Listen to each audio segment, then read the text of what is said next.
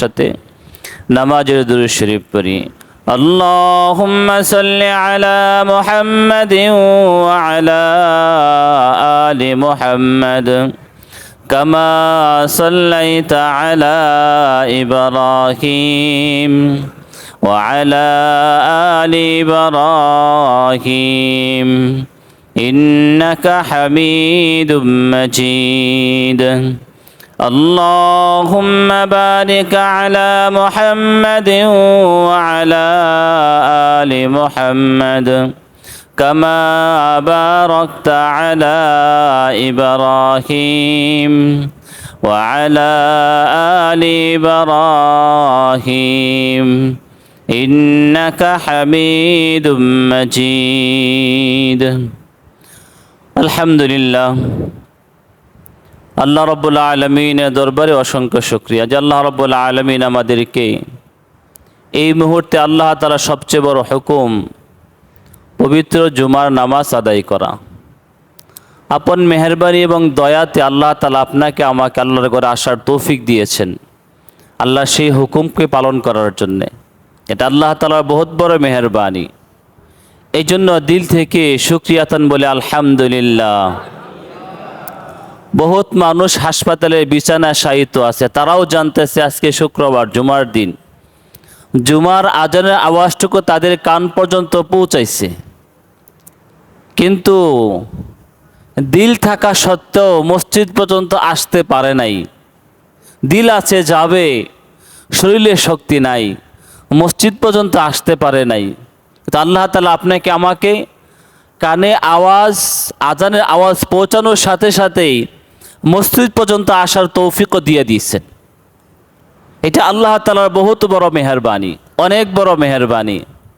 হাজারো মানুষ এরকম আছে যাদের কানে আওয়াজ পৌঁছার পরেও তার মসজিদে আসার মতো দিলের ভিতরে তামান্নাই নাই, ইচ্ছাই নাই। আল্লাহ তাআলা এই মহান হুকুম পুরা করা থেকে দূরে সরায় রাখছেন। এই বিরাট হুকুম, আজিমুশান হুকুম, এই হুকুম পুরা করা থেকে আল্লাহ তাআলা তাকে দূরে সরায় দিয়েছেন, যা তোমার দ্বারা আমার হুকুম পুরা করার দরকার নাই। কিন্তু আল্লাহ তাআলা আপনাকে আমাকে ওই হতভাগাদের অন্তর্ভুক্ত করেন নাই, সফল সৌভাগ্যবান ব্যক্তিদের অন্তর্ভুক্ত করেছেন। সৌভাগ্যবান কারা? যাদেরকে আল্লাহ তাআলা জুমার নামাজের জন্য আসার তৌফিক দিয়েছেন। একটা সফলতার আলামত তো এইটাই। রাসূলুল্লাহ সাল্লাল্লাহু আলাইহি ওয়াসাল্লাম বলেছেন, আল জুমাতু ইলাল জুমআ কাফফারাতুন লিমা বাইনাহুমা। এক জুমা থেকে দ্বিতীয় জুমা পর্যন্ত যে ব্যক্তি 2 জুমার নামাজ আদায় করলো, এই গত জুমা আদায় করেছে, এই জুমা আদায় করেছে, মাঝখানে মধ্যবর্তী যত গুনাহ হয়েছে এই জুমার নামাজের দ্বারা সব গুনাহ মাফ হয়ে গেছে।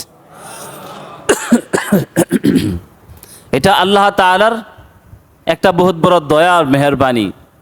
কি মেহেরবানি? আমাদের গুনাহগুলো মাফ হওয়ার জন্যে আল্লাহ তাআলা আমাদেরকে রাস্তা দেখায় দিয়েছেন, অনুগ্রহ করেছেন, গুনাহ মাফ হওয়ার স্থান পর্যন্ত আসার তৌফিকটুকু দিয়েছেন। এই জন্য ভালো কাজ করার সাথে সাথে শুকরিয়া আদায় করা, আল্লাহ তাআলার কাছে শুকরিয়া আদায় করা, আবার দিলের ভিতরে ভয় রাখা। ভয় কি? আল্লাহ তো তৌফিক দিয়েছেন, কিন্তু আমি যেন আমার কমতির জন্য সেই নিয়ামত থেকে বঞ্চিত না হয়ে যাই। আমি যেন আমার ঘাটতির জন্যে, কমতির জন্য, অজ্ঞতার জন্যে ওই বিশাল নিয়ামত থেকে বঞ্চিত না হয়ে যায়। আল্লাহ তো মেহেরবানি করে আসার তৌফিকটুকু দিয়েছেন। আমি আসার পরে যেভাবে জুমার নামাজটুকু পড়ার দরকার সেই হুকুমটুকু সেই যথাযথভাবে পালন করি নাই, তখন তো সেই পুরস্কারটুকু পাওয়া যাবে না। সেই পুরস্কার পাওয়া যাবে না। সেই পুরস্কার পাইতে হলে যেমন আল্লাহ তাআলা তৌফিক দিয়েছেন, আমাকেও জুমার নামাজ আদায় করার যত হুকুম আহকাম আছে সবগুলাকে মেনেই আদায় করতে হবে, তাইলেই পুরস্কারটুকু পাওয়া যাবে, তাইলে বিনিময়টুকু পাওয়া যাবে। শুধু শুধু যা অফিসে হাজিরা দিলাম, ডিউটি করলাম না, যেমন চাকরি আর বেতন পাওয়া যাবে না। মসজিদে আসলাম, নামাজ আদায় করলাম, কোনো হুকুম আহকামের তোয়াক্কা করলাম না, তখনও আল্লাহ তাআলার কাছ থেকে সে পুরস্কার পাওয়া যাবে না। এজন্য প্রত্যেকটা বিষয় জানাও ফরজ। জুমার নামাজ যেমন ফরজ, জুমার নামাজ পড়তে যে সমস্ত এলেমের দরকার এলেমটুকু জানাও ফরজ। 5 ওয়াক্ত নামাজ যেমন ফরজ, 5 ওয়াক্ত নামাজ পড়ার জন্যে যে এলেম দরকার ওই এলেম অর্জন করাও ফরজ। বিবাহ করা যেমন ফরজ, বিবাহের পরবর্তী যে কাজগুলো আছে ওইগুলোকে জানা মানাও বান্দার জন্য ফরজ। আল্লাহর প্রত্যেকটা বিধান মানা যেমন ফরজ, ওই বিধান সংক্রান্ত এলেম অর্জন করাও ফরজ। এক ব্যক্তি ব্যবসা করতে গেছে, ব্যবসায় কিছু হালাল হারাম আছে, তার জন্য হালাল হারামগুলো জানাও ফরজ। যদি হালাল হারামগুলো না জানে শুধু ব্যবসা করে, সে যেমন হারামে লিপ্ত হয়ে যাওয়ার সম্ভাবনা আছে। এক ব্যক্তি নামাজ পড়তে আসে, নামাজের মাস্তাগুলো জানে নাই, তার পক্ষেও যথাযথ হুকুম পালন না করার সম্ভাবনা বেশি। এজন্য এলেম অর্জন করা বহুত ফরজ। যারা এলেম অর্জন করি নাই, নামাজ ফরজ, জোহরের নামাজ ফরজ আদায় করি নাই, গুনাহগার হয়ে গিয়েছে, শুধু একটা ফরজ ছুটছে। এলেম এমন এক ফরজ যেটা বান্দার জীবনে সারা জীবন লেগেই থাকে, সারা জীবন লেগেই থাকে। এলেম অর্জন করি নাই, গুনাহ লেখা হইতেই আছে। এলেম অর্জন করে এত বড় ফরজ, বান্দার উপর থেকে কখনো মাফ হয় না, মৃত্যু পর্যন্ত ফরজ তরকের গুনাহ হইতেই থাকে। আল্লাহ আসমানি কিতাব কোরআন শরীফ নাজিল করেছেন, শিক্ষাকে ফরজ করে দিয়েছেন। বান্দা শিখে নাই, সারা জীবন গুনাহ হইতেই থাকবে। কেন তুমি আমার দেওয়া আসমানি কিতাবকে শিখো নাই? আমার দেওয়া আসমানি এলেমকে কেন তুমি শিখো নাই? ABCD তো ঠিকই শিখেছ, ক খ গ গ ম চ সব শিখেছ, কিন্তু আলিফ বা তাসমিম কেন শিখো নাই? এই সময়টুকু কেন তোমার হয় নাই? আল্লাহর কাছে কি জবাব দিব তখন? এজন্য আগে থেকে চিন্তা করি, এবং চিন্তা করে সেই জবাবদিহিতার হাত থেকে বাঁচার চেষ্টাও করি। নূর হোসেন কাসিমি রহমতুল্লাহ আলাইহি একবার দুর্গাপুর আসছিলেন, আশা বলছিলেন যে বয়সে আছে এই বয়সে পড়া শুরু করে দেন, যে বয়সে আছেন ওই বয়সে আল্লাহর কালাম পড়া শুরু করে দেন। শিকার আগে যদি মারাও যান, আল্লাহকে অন্তত এই কথাটুকু বলা যাবে, আল্লাহ শিখে শেষ করতে পারি নাই, শিখতে তো শুরু করছিলাম, তুমি তো আগেই নিয়ে আসছো, যদি নিয়ে না আসতা আর একটু হায়াত থাকতো অবশ্যই তোমার কালাম শিখেই তেলাওয়াত করতাম। আর ছাত্র হইয়া আল্লাহর কালামের ছাত্র যে ব্যক্তি মারা যাবে, আল্লাহ তাকে শহীদি মর্যাদা দিয়ে দিবেন। কাসেম নানুতুবি রহমতুল্লাহ আলাইহি, যিনি দেওবন্দ মাদ্রাসার প্রতিষ্ঠাতা, দেওবন্দ মাদ্রাসার প্রতিষ্ঠা, এত বড় আলেম, উনি প্রত্যেক বছর মাদ্রাসায় ভর্তি হইতেন। ওনার মাদ্রাসায় উনি ভর্তি হইতেন। কেন ভর্তি হইতেন? যে উনি মাদ্রাসার ছাত্র, যেদিন মারা যান এই দিন যেন ছাত্রের খাতায় ওনার নামটুকু থাকে। আল্লাহকে যে বলবে, আল্লাহ আমি তো তলবুল ইলম, এলেম অন্বেষণের একজন ছাত্র, দেখো ছাত্রের দাঁড়িতে আমার নাম আছে। আর ছাত্র অবস্থা যে মারা যায় সে শহীদ, আর যে শহীদ হয়ে মারা যায় আল্লাহ তার সকল গুনাহকে মাফ করে দেন। এই বিশাল মর্যাদা পাওয়ার জন্য এই কাজটুকু উনি করতেন।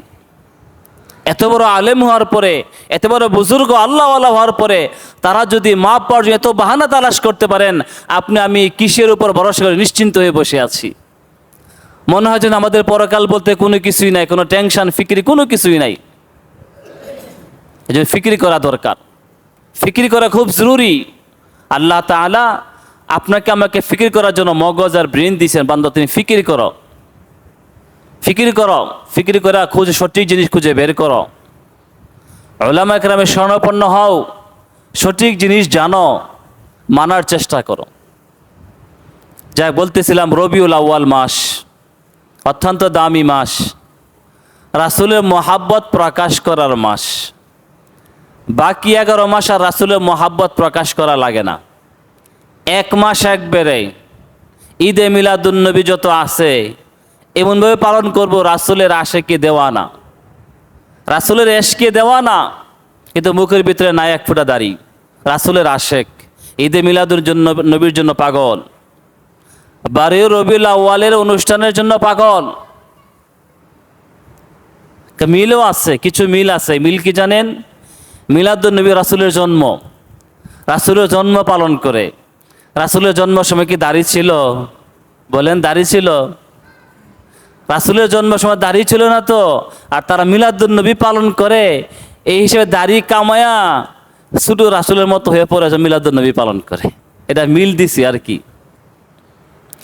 আর যদি সিরাতুন নবী পালন করত, রাসূলের সিরাত পালন করত, সিরাতের বয়স কতটুকু, নবুয়ত পাওয়ার পর থেকে মৃত্যু পর্যন্ত এই সময়টাকে সিরাতুন নবী বলা হয়। আর জন্মের পর থেকে নবুয়ত পাওয়ার আগ পর্যন্ত এটাকে মিলাদুন নবী বলা হয়। আগের যে সময়টা আছে জন্ম থেকে নবুয়ত পাওয়ার আগ পর্যন্ত, এটা নবুয়তের জীবন না, এটা নবুয়তের ভূমিকা স্বরূপ। নবুয়ত দেওয়ার জন্য আল্লাহ ওনাকে গড়ে গড়ে ওই পর্যন্ত নিয়ে গেছেন। ওইটা আপনার আমার জন্য মানা জরুরি না, ওইটা মানা জরুরি না। নবী হিসেবে অনেক ঘটনা ঘটছে, এটা মানা জরুরি না। কিন্তু নবুয়ত পাওয়ার পরে যে বিষয়গুলো, এটি সিরাতুন নবী, এগুলো মানা প্রত্যেকের জন্য জরুরি, এগুলো মানা প্রত্যেকের জন্য জরুরি। এইটাই পার্থক্য। মিলাদুন নবী কয়ে কি বোঝায়, সিরাতুন নবী কয়ে কি বোঝায়? সিরাতুন নবী হলো রাসূলের নবুয়ত প্রাপ্তি থেকে মৃত্যু পর্যন্ত সময়কে সিরাতুন নবী বলা হয়। আর জন্ম থেকে না নবুয়ত প্রাপ্তির আগ পর্যন্ত সময়কে মিলাদুন নবী বলা হয়। এখন আপনি বলেন কোনটা মানবেন, মিলাদ মানবেন না সিরাত মানবেন? মানার জরুরি বিষয় কোনটা, মিলাদ নাকি সিরাত? সিরাত মানার বিষয়, মিলাদ কোনো মানার বিষয় না। মিলাদুন নবী কোনো মানার বিষয় না। আরেক নাম মিলাদ, ঈদে মিলাদুন নবী। ঈদে মিলাদুন নবী আরাফার দিনে এক ইহুদি আলেম আসছে, আরাফার দিনে উমর ফারুকের কাছে আসছেন, উনি খলিফাতুল মুসলিমিন। আয়সা বলেন, আমিরুল মুমিনিন, আপনাদের ধর্মে এমন একটা দিন আছে, ওই দিন যদি আমাদের ধর্মে হইতো তাহলে আমরা ওই দিনটাকে ঈদের দিন বানাইতাম। উমর ফারুক বলে, আমি জানি তুমি কোন দিনে কথা বলতেছ। কোন দিন? আরাফার দিনে কথা বলতেছ, যেই দিন আল্লাহ তাআলা এই আয়াত নাজিল করছেন, আল-ইয়াওমা আকমালতু লাকুম দীনাকুম ওয়া আতমামতু আলাইকুম নি'মাতি ওয়া রাদিতু লাকুমুল ইসলাম দীনা। বলছে হ্যাঁ হ্যাঁ আমি এটার কথাই বলতেছি। দেখো আমাদের নবী দুইটা ঈদ বলে গিয়েছেন, একটা ঈদুল ফিতর, একটা ঈদুল আজহা। তৃতীয় কোনো ঈদ রেখে যান নাই। যদি রেখে যাইতেন এই আরাফার দিনটাকে ঈদের দিন হিসেবেই রেখে যাইতেন। যেহেতু রেখে যান নাই, তৃতীয় কোনো ঈদের দিন গ্রহণ করা আমাদের অধিকার নাই। এটা উমর ফারুকের কথা। তৃতীয় কোনো দিনকে ঈদের দিন হিসাবে গ্রহণ করার অধিকার নাই।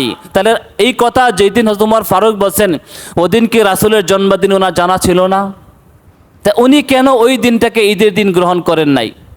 এখন গজল বানাইছে, ঈদে মিলাদুন নবী মুমিনের ঈদ। কি সুন্দর গজল, সকল ঈদের ঈদ, ঈদে মিলাদুন নবী মুমিনের ঈদ। এটাকে মুমিনের ঈদ হইতে পারে? তা আজ উমর ফারুক কি মুমিন ছিলেন না? উনি তো এই দিনটাকে ঈদের দিন বানান নাই। তা আপনি আমি এতদিন পরে আইসা কিসের মুমিন হয়ে গেলাম যে রাসূলের জন্মের দিনকে ঈদের দিন বানাইতে হবে? এক লোকের একটা সন্তান হয়েছে, মনে করেন জানুয়ারি মাসের 1 তারিখে হয়েছে, আবার 1 বছর পরে অথবা 10 বছর পরে অথবা 12 বছর পরে, আর জানুয়ারির 1 তারিখেই ছেলেটা মারা গেছে। যখন জানুয়ারির 1 তারিখে আসবে, তখন ওই লোকটা, ওই বাবা আর মা এই সন্তানের জন্মের আনন্দ করবে নাকি সন্তান ইন্তেকালের জন্য কষ্ট অথবা বিচ্ছেদে বেদনা আক্রান্ত হবে? কোনটা হবে? বিচ্ছেদে বেদনা আক্রান্ত হবে। সন্তান এই তারিখে মারা গেছে, আসছিল যে ওইটা ভুলে যাবে, মারা গেছে ওইটাই মনে থাকবে।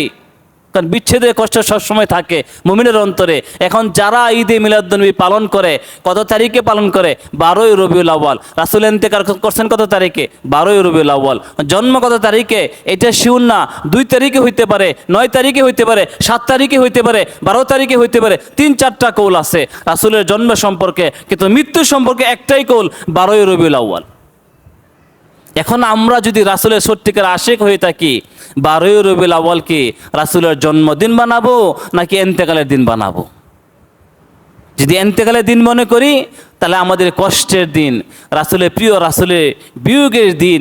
রাসূল এই তারিখে দুনিয়া থেকে বিদায় নিয়েছেন, যে বিয়োগের কারণে, যে ইন্তেকালের কারণে সাহাবা কেরাম পাগল হয়ে গেছেন, ওমর ফারুক তরবারি নিয়ে বের হয়ে গেছেন। এই কথা ঘোষণা করতেছেন, যে ব্যক্তি বলবে মুহাম্মাদুর রাসূলুল্লাহ দুনিয়া থেকে বিদায় নিয়েছেন, ইন্তেকাল করেছেন, আমি তার কল্লাকে তরবারির আঘাতে উড়াই দিব। এই পরিমাণ তারা দিশেহারা হয়ে গেছেন। আর আমরা ওই দিনে এত আনন্দ করি, নাচানাচি শুরু করে দিই, গাওয়া গাওয়া শুরু করে দিই, প্রকাশ করে হ্যাঁ আমি রাসূলের আশেক। এটা রাসূলের আশেকের পরিচয় দিই। এই জন্য রাসূলের আশেক এইটা না। রাসূলের আশেক হলো রাসূল 12 তারিখে ইন্তেকাল করছেন। রাসূল কি রেখে গেছেন? সমস্ত নবী ইন্তেকাল করবে, ওয়া মুহাম্মাদুন ইল্লা রাসূল ক্বাদ খালাত মিন ক্বাবলিহির রাসূল। রাসূল আমাদের মুহাম্মদ সাল্লাল্লাহু আলাইহি ওয়াসাল্লাম রাসূল ছিলেন, আগেও অনেক রাসূল ছিল, তারাও বিদায় নিছে, উনিও বিদায় নিবেন। জিবরাইল জানায় গেছে ইন্নাকা মাইয়িতুন ওয়া ইন্নাহুম মাইয়িতুন, আপনিও মারা যাবেন, যারা আপনার শত্রু ওরাও মারা যাবে। রাসূল তো ইন্তেকাল করবেন, রেখে গেলেন কি? সিরাতুন নবী রেখে গিয়েছেন, একটা আদর্শ রেখে গিয়েছেন, ওই আদর্শকে মানা জরুরি। উসওয়াতুন হাসানা, একটা শুদ্ধ সুন্দর একটা আদর্শ রেখে গিয়েছেন, ওই আদর্শ মানা আপনার আমার জন্য জরুরি। আল্লাহ বলেন কুল ইন কুনতুম তুহিব্বুনাল্লাহা ফাত্তাবিউনি ইউহিব্বুকুমুল্লাহ ওয়া ইয়াগফির লাকুম যুনুবাকুম আল্লাহু গফুরুর রহিম। ও ঈমানদাররা, আমার হাবিব আপনি বলে দিন, ও আমার হাবিব আপনি বলে দিন, একটা ঘটনা আছে, মক্কায় কিছু লোক আসছে, আয়েশা দাবি করতেছে আমরা আল্লাহ তাআলাকে অনেক বেশি ভালোবাসি। রাসূলের সুন্নাত সম্পর্কে বেখবর, সুন্নত মানে না, আল্লাহর মহাব্বতে দাবি করতে, সাথে সাথে আয়াত নাজিল হয়েছে। নবী আপনি ওই জাতিকে জানায় দেন যে রাসূলের আল্লাহ তাআলার মহাব্বতের দাবি করে তাদেরকে জানায় দেন ইন কুনতুম তুহিব্বুনাল্লাহা ফাত্তাবিউনি ইউহিব্বুকুমুল্লাহ, তোমরা যদি আল্লাহ তাআলাকে ভালোবাসতে চাও আমি রাসূলকে মানো। ফাত্তাবিউনি ইউহিব্বুকুমুল্লাহ, আমি রাসূলকে মানো, আল্লাহ তোমাদেরকে ভালোবাসবেন। ওয়া ইয়াগফির লাকুম যুনুবাকুম, আল্লাহ তোমাদের গুনাহগুলোকে মাফ করে দিবেন। আল্লাহু গফুরুর রহিম, আল্লাহ বারবার ক্ষমাশীল। তাফসীরে লেখা আছে আল্লাহ তাআলা ভালোবাসেন, তার প্রমাণ কি? তার প্রমাণ হইল ইয়াগফির লাকুম যুনুবাকুম, আল্লাহ তোমাদের গুনাহগুলোকে মাফ করে দিবেন। আল্লাহ তোমাদের গুনাহগুলোকে মাফ করে দিবেন, এটা বড় একটা সারপ্রাইজ। দুনিয়ার জীবনে যখন কেউ কারোর সাথে সম্পর্ক স্থাপন করে, মহাব্বতের সম্পর্ক, তার কাছে কিছু ছাড় পাওয়ার আশা করে, কিছু একটা পাওয়ার আশা করে, ছাড় পাওয়ার আশা করে। যদি জজ সাহেবের সাথে বন্ধুত্ব হয়, জজ সাহেবের সাথে, আর জজ সাহেব বিচারক হিসেবে চেয়ারের বিচারকের আসনে বসেন, আর যিনি বন্ধুত্ব স্থাপন করেছে উনি যদি আসামির কাঠগড়ায় থাকেন, উনি দিলে দিলে আশা করবেন যেহেতু জজ সাহেবের সাথে আমার বন্ধুত্ব আছে, অবশ্যই জজ সাহেব আমার বেশি কিছু না কিছু ছাড়ের ব্যবস্থা করে রাখবেন। আর উনিও চিন্তা করবেন যেহেতু আমার সাথে ভালোবাসার সম্পর্ক আছে, এই আসামির যে কাঠগড়ায় দাঁড়ায় আছে তার জন্য একটু না একটু সুযোগ ব্যবস্থা করতেই হবে। তদ্রূপ যে ব্যক্তি আল্লাহ তাআলার সাথে ভালোবাসার সম্পর্ক স্থাপন করতে চায়, আল্লাহ তাআলাও তাকে কিছু সুযোগ দিতে চান, কিছু পুরস্কার দিতে চান। সেই পুরস্কারটা কি? সবচেয়ে বড় পুরস্কার ওয়া ইয়াগফির লাকুম যুনুবাকুম, আল্লাহ বান্দার গুনাহগুলোকে মাফ করে দিবেন। আল্লাহ বান্দার গুনাহগুলোকে মাফ করে দিবেন। কার? যে বান্দা আল্লাহকে ভালোবাসবে, যে বান্দা আল্লাহ তাআলাকে ভালোবাসবে। এখন আল্লাহ তাআলাকে ভালোবাসার পরিচয় কি? আল্লাহ তাআলাকে ভালোবাসার পরিচয় কি? এক বুজুর্গ আলেম বলেন আল্লাহর সাথে ভালোবাসার পরিচয় হলো কোরআনের সাথে মহাব্বত রাখা, কোরআনের সাথে মহাব্বত রাখা, রাসূলের আনুগত্য করা। কোরআনের সাথে মহাব্বত রাখা, রাসূলের আনুগত্য করা, রাসূলকে মহাব্বত করা, এটা প্রমাণ কি? প্রমাণ রাসূলের সুন্নতকে মানা, রাসূলের সুন্নতকে মানা, রাসূলের সুন্নতকে মানা। এটার প্রমাণ কি? এটার প্রমাণ হইল পরকালে মহাব্বত দিলি আছে বান্দার, বান্দার দিলে পরকালের মহাব্বত আছে। ইমাম গাজ্জালী রাহমাতুল্লাহ আলাইহি কথা নকল করছেন, বান্দার দিলের ভিতরে পরকালের প্রতি ভয় আছে, পরকালের প্রতি ভয় আছে। এটার প্রমাণ কি? প্রমাণ হলো সে দুনিয়ার প্রতি অনাসক্তি, ঘৃণা, দুনিয়ার প্রতি অনাসক্তি আর ঘৃণা, দুনিয়ার প্রতি অনাসক্তি আর ঘৃণার প্রমাণ কি? বান্দার দুনিয়ার জীবনে প্রয়োজন মতো দুনিয়ার সম্পদ অর্জন করবে, বিশাল অট্টালিকার পাহাড় জমাবে না, টাকা পয়সার বিশাল অট্টালিকার পাহাড় জমাবে না, চুরি করে জনগণের সম্পদ লুণ্ঠন করে, রাষ্ট্রীয় সম্পদ লুণ্ঠন করে সম্পদের পাহাড় জমাবে না। এটা প্রমাণ তার দুনিয়ার প্রতি আসক্তি নাই। এই জন্য আল্লাহর প্রতি ভালোবাসার প্রমাণ হইল কোরআনের প্রতি মহাব্বত, রাসূলের সুন্নতকে মানা। এটা প্রমাণ হলো এই আয়াত কুল ইন কুনতুম তুহিব্বুনাল্লাহা ফাত্তাবিউনি ইউহিব্বুকুমুল্লাহ। ও নবী আপনি বলেন তোমরা যদি আল্লাহ তাআলাকে ভালোবাসতে চাও তাহলে আমি রাসূলের সুন্নতগুলোকে মানো। রাসূলের সুন্নতকে মানো। যে ব্যক্তি মানবে সে জান্নাতি হবে। কার সাথে? রাসূলের সাথে জান্নাতি হবে। রাসূল বলেন, মান আহইয়া সুন্নতি ফাকাদ আহাব্বানি। যে ব্যক্তি আমার সুন্নতকে মানবে সে আমাকে ভালোবাসলো, সে আমাকে ভালোবাসলো। অমান আহাব্বানি কানা মাই ফিল জান্নাহ। আর যে ব্যক্তি আমাকে ভালোবাসবে সে আমার সাথেই জান্নাতে যাবে, রাসূলের সাথেই তার জান্নাত হবে। অপর এক হাদিসে আছে, মান আহইয়া সুন্নতি ইনদা ফাসাদে উম্মতি ফালাহু আজরু মিয়াতে শাহীদ। যে ব্যক্তি ফিতনা ফাসাদের জমানায়, ফিতনা ফাসাদের জমানায় রাসূলের সুন্নত তরিকাকে আঁকড়ে ধরে রাখবে। পুরা ফিতনা ফাসাদের জমানায়, বর্তমান জমানা যেমন চলতেছে, এমন কোনো তরিকা নাই, এমন কোনো সিস্টেম নাই যে সিস্টেমের ভিতরে দাজ্জালি পন্থা আবিষ্কার হয় নাই। যে কোনো সুন্নত তরিকা আছে তার বিরুদ্ধে দাজ্জালি একটা পন্থা আবিষ্কার হয়ে গিয়েছে। যত সওয়াবের লাইন আছে তার বিরুদ্ধে একটা দাজ্জালি পন্থা আবিষ্কার হয়ে গিয়েছে। এটাই সেই ফিতনা ফাসাদের জমানা। বান্দার নজরকে হেফাজত করবে, তার জন্য এই নজরে হেফাজত যেন বান্দা করতে না পারে, দাজ্জালি ফিতনা আবিষ্কার হয়েছিল, চাইলো টাচ মোবাইল আবিষ্কার হয়ে গেছে। টাচ মোবাইল আবিষ্কার হয়ে বান্দার নজরে হেফাজতকে বন্ধ করে দিচ্ছে। একটার পর একটা গুনাহ আবিষ্কার করে বান্দার হকের পথে চলার, আল্লাহর হুকুমগুলো মানার এই পদ্ধতিকে বন্ধ করে দিচ্ছে। এই দাজ্জালি ফিতনার জমানা, দাজ্জালি ফিতনার জমানা। এই জন্য রাসূল বলেন, যে ব্যক্তি এই ফিতনা ফাসাদের জমানায় আমার সুন্নত তরিকা আটকে ধরে রাখবে, খুব বেশি মজবুত করে ধরে রাখবে, আল্লাহ তাকে 100 শহীদের নেকি দিয়া দিবেন। 100 শহীদের নেকি। সহজ কথা না, অনেক বড় কথা। শর্ত হইল ফিতনা ফাসাদের জমানায় রাসূলের সুন্নত তরিকা আটকে ধরে রাখতে হবে। সুন্নত তরিকা কত জরুরি, কত বেশি জরুরি। সিররি সাকতি রহমতুল্লাহ আলাইহি বলেন, যদি দেখো কোনো ব্যক্তি আকাশে উঠতেছে, কোনো ব্যক্তি আকাশে উঠতেছে, অথবা পানির উপর দিয়ে হাঁটে হেঁটে যাইতেছে, অথবা আগুন খাইতেছে, আগুনের ভিতরে ঢুকতেছে, বের হইতেছে, আরও যত অলৌকিক কর্মকাণ্ড হইতে পারে সব ওই লোক করতেছে, কিন্তু তার ভিতরে সুন্নতের আমল নাই, তার ভিতরে সুন্নতের আমল নাই। সে আল্লাহর ফরজকে, আল্লাহর ফরজ বিধানকে সে নষ্ট করে, সে কখনোই আল্লাহ তাআলার প্রিয় বান্দা হইতে পারে না, কখনোই আল্লাহর প্রিয় বান্দা হইতে পারে না। আল্লাহর প্রিয় বান্দা হওয়ার জন্যে প্রত্যেক জমানায় রাসূলের সুন্নত তরিকা চলা খুব জরুরি। রাসূলের সুন্নত তরিকা চলা প্রত্যেক ব্যক্তির জন্য জরুরি। এই জমানায়, শুধু প্রত্যেক জমানায় যে ব্যক্তি তার জীবনে প্রত্যেকটা কাজকে রাসূলের সুন্নত তরিকায় করবে, সেই রাসূলের সত্যিকার আশেক। সেই ব্যক্তি রাসূলের সত্যিকার আশেক, তার চেয়ে বড় আশেক আর কেউ হইতে পারে না। এই জন্য কবি বলেন, লাউ কানা হুব্বাকা সাদিকান লা আতাতাহু ইন্নাল মুহিব্বা লিমান ইউহিব্বু মুতিউ। লাউ কানা হুব্বুকা সাদিকান লা আতাতাহু ইন্নাল মুহিব্বা লিমান ইউহিব্বু মুতিউ।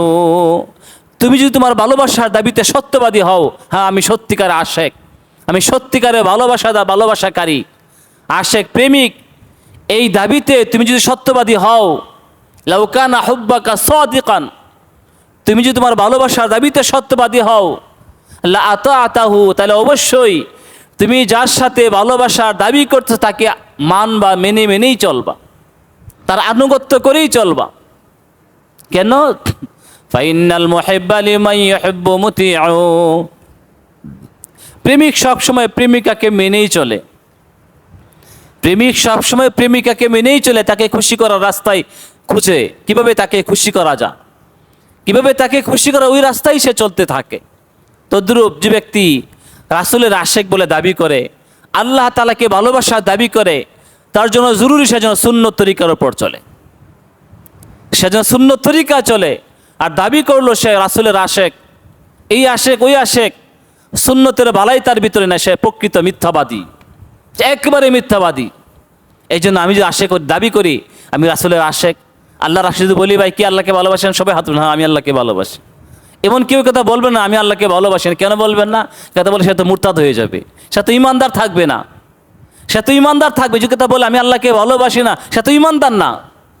যদি কেউ বলে আমি রাসূলকে ভালোবাসি না, সে তো ইমানদার না, তার ইমানই থাকবে না। সবাই বলবে হ্যাঁ আমি রাসূলকে ভালোবাসি, কিন্তু বাস্তবে যা যাচাই করলে কাউকে পাওয়া যাবে না, যাচাই করায় কাউকে পাওয়া যাবে না। এই জন্য যাচাই করাওয়ালা আশেক হইতে হবে। লাইলে মজনুর মতো, লাইলের মজনু তো খাঁটি আশেক ছিল, কিছু দান্দাবাজ আশেক বেরিয়ে, দান্দাবাজ আশেক। মজনু চিন্তা করলো দান্দাবাজ আশেক যেহেতু আসছে, পরীক্ষা করতে হবে কে খাঁটি আশেক, কে খাঁটি মজনু, আর কে দান্দাবাজ মজনু, খুঁজে বার করতে হবে। বার করার জন্যে লাইলি একটা পিয়াল একটা ছুরি দিছে, গেছে কইছে যাও নিয়ে জঙ্গলে যাও, গিয়ে দেখো অনেক মজনু ওই জায়গায় আছে, আমার জন্য নাম জপতেছে লাইলি লাইলি কইয়া। কেন পরীক্ষা করবে? পরীক্ষা এই জন্য করবে, আগে যত লাইলি দুধ পাঠাইতো, দুধের পিয়ালা পাঠাইতো, এটা খাবার জন্য অনেক মজনু দাঁড়ায় যেত। হ্যাঁ আমি তো খাঁটি মজনু, আমি লাইলার খাঁটি আশেক, আমাকে দাও, আমি কয়দিন ধরে না খাই আছি, দুধ খাওয়ার আশেক। আর আসল যে মজনু সে সবার পিছনে না খাইতে না খাইতে শুকায় গেছে। আসল মজনু না খাইতে না খাইতে শুকায় গেছে, আর যে নকল মজনু সে জিলাপি খাইতে খাইতে মোটা হয়ে গেছে, মিলাদের জিলাপি খাইতে খাইতে মোটা হয়ে গেছে। আর লাইলি চিন্তা করলেন আমার আসল মজনু খুঁজে বার করতে হবে। পিয়ালা একটা চাকু দিয়ে গেছে, যাও যা বলো যে মজনু, তাকে যা বলবা লাইলি অসুস্থ হয়ে গেছে, এখন মজনু শরীরে রক্ত রাখবে, রক্ত রক্ত দিলেই লাইলি সুস্থ হয়ে যাবে। খাদেম গেছে, কইছে পেয়ালা নিয়ে গেছে, দুধ নিয়ে আসো, দেও, আমি তো খাঁটি মজনু, আমাকে তো আগে খায়নি। বলছে না একটা কথা আছে। কি কথা? এতদিন তো দুধ খাওয়াইছি, এখন লাইলি অসুস্থ হয়ে গেছে, এখন লাইলি মজনু শরীরে রক্ত চাইতেছে, এখন রক্ত দেও, রক্ত দিলে লাইলি সুস্থ হবে। বলছে না না আমি খাঁটি আশেক না, খাঁটি মজনু। আর মজনু সামনে আসে, যায় দেখো আরেকজন সামনে দাঁড়াইছে, হ্যাঁ আমি তো খাঁটি মজনু, দুধ দাও আমি পান করি। বলছে না দুধ নেই, আজকে রক্ত নিতে আইছি, লাইলি অসুস্থ, রক্ত লাগবে। বলছে না না আমি না, আরো সামনে যাও, আরো সামনে যাও, যায় দেখে একটা মজনু পড়ে আছে, মুখে দিয়ে কোনো রকম লাইলি লাইলি শব্দ বের হইতেছে।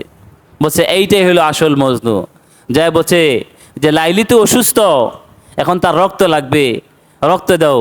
বলতে লাভ দিয়ে দাঁড়ায় গেছে, অসুস্থ মজনু লাভ দিয়ে দাঁড়ায় গেছে। বলছে কোন জায়গার রক্ত লাগবে, দাও, কোন জায়গাটা দিতে হবে, দাও। বলছে না না লাগবে না, পরীক্ষা হয়ে গেছে, পরীক্ষা হয়ে গেছে, তুমি খাঁটি মজনু, এখন থেকে তোমার জন্য লাইলে দুধ পাঠাবে।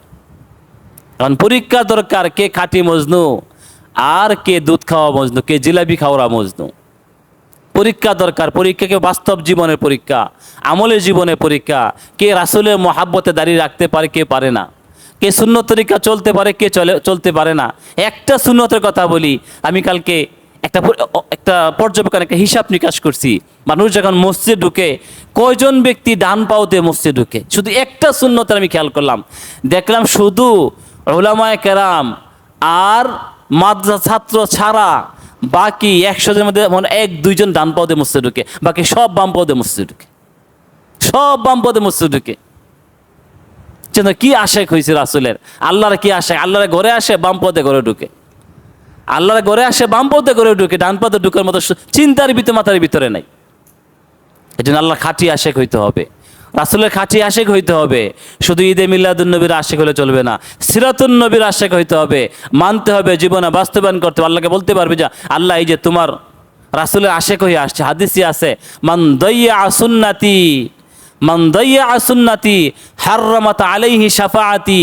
যে ব্যক্তি দুনিয়ার জীবনে আমার সুন্নতকে নষ্ট করছে, যে ব্যক্তি দুনিয়ার জীবনে আমার কোন সুন্নতকে নষ্ট করেছে, হাররামাত আলাইহি শাফাআতি, তার জন্য আমার সুপারিশ হারাম হয়ে গেছে, নাউজুবিল্লাহ মিন যালিক, তার জন্য আমার সুপারিশ হারাম। চিন্তা করেন, রাসূলের জন্য সুপারিশ ছাড়া নবীরাও বেহেশতে যেতে পারবে না, নবীরাও পারবে না। আর আপনার জন্য রাসূলের সুপারিশ হারাম হয়ে যা, আপনার জন্য জান্নাত যাওয়া কত সুযোগ হবে না। চিন্তা করেন, আর কোনো ব্যবস্থা থাকবে? আর কোনো ব্যবস্থা থাকবে রাসূলের সুপারিশ ছাড়া বেহেশতে যাওয়ার মতো কোনো পদ্ধতি আছে? কারো কাছে আছে নাকি কোনো পদ্ধতি? না কথা বুঝতেছেন না? রাসূলের সুপারিশ ছাড়া কিয়ামতের মাঠে, রাসূলের সুপারিশ ছাড়া জান্নাতে যাওয়ার মতো আরো কোনো পদ্ধতি আছে? পদ্ধতি নাই। রাসূল বলেন যে ব্যক্তি আমার সুন্নতকে নষ্ট করেছে তার জন্য আমার সুপারিশ হারাম হয়ে গেছে, আমার সুপারিশ হারাম, সে কখনো শাফায়াত পাবে না।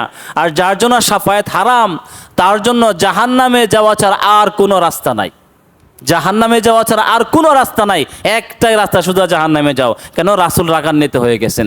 এই জন্য দুনিয়ার জীবনে চলাফেরা করার সময় একটু চিন্তা করে চলি যে আমার দ্বারা সুন্নত নষ্ট হইতেছে নাকি সুন্নত কায়েম হইতেছে। যদি কায়েম করতে পারি, সুন্নত কায়েম করতে পারলে শাফাত পাওয়া যাবে, আর যদি আমার দ্বারা সুন্নত নষ্ট হয়ে যায় কখনোই শাফাত পাওয়া যাবে না। আল্লাহ তাআলা আমাদের সকলকে রাসূলের সুন্নত তরিকায় চলে শাফায়াত নেওয়ার তৌফিক দান, বলে আমিন।